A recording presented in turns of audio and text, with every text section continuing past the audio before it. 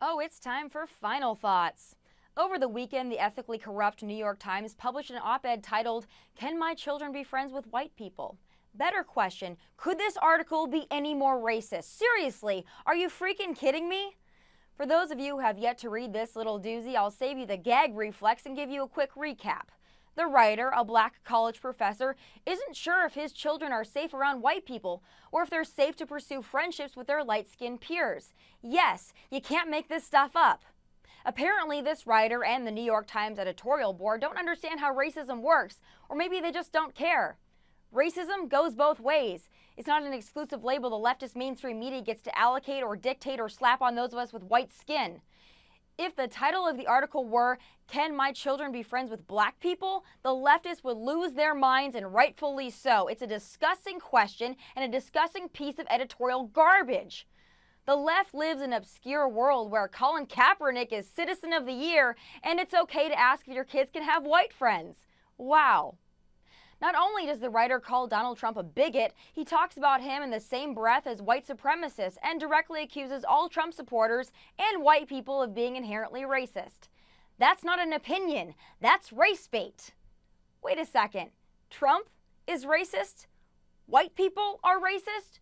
Dude, you wrote an article titled, "Can My Children Be Friends with White People?" and you have the audacity to call us racist? Who do you think you are? A bad parent is what you are.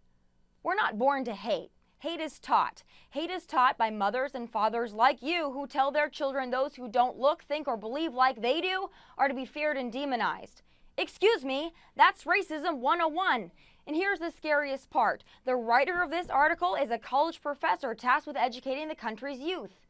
And you wonder why college campuses are becoming the indoctrination chambers of the unloving and intolerant left.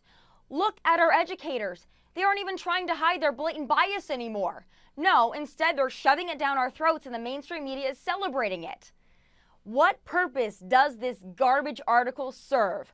Once again, the left is trying so hard to push a race war. And it's a race war 99% of conservatives don't want to be in. Why would you teach your children to fear white people, police officers, and conservatives? Why? That's sick and wrong, and again, racist. And why would the New York Times publish something like this? Why would the New York Times co-opt this race-baiting trash? We should be asking if our children should be reading the New York Times. That's a much more realistic concern. The victimhood mentality has got to go, but I fear it never will. Not when the Democrats have made it the party's governing principle.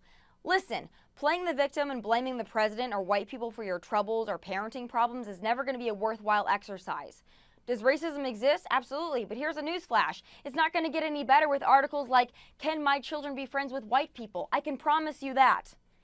If you have a serious and heartfelt interest in eliminating racism and bigotry, stop advancing it and stop chumming the editorial waters with your race bait. Generations of Americans have fought, died, and sacrificed to bring this country together, and it's downright appalling some are trying so hard to undo it. Enough. Those are my final thoughts. From LA, God bless, and take care.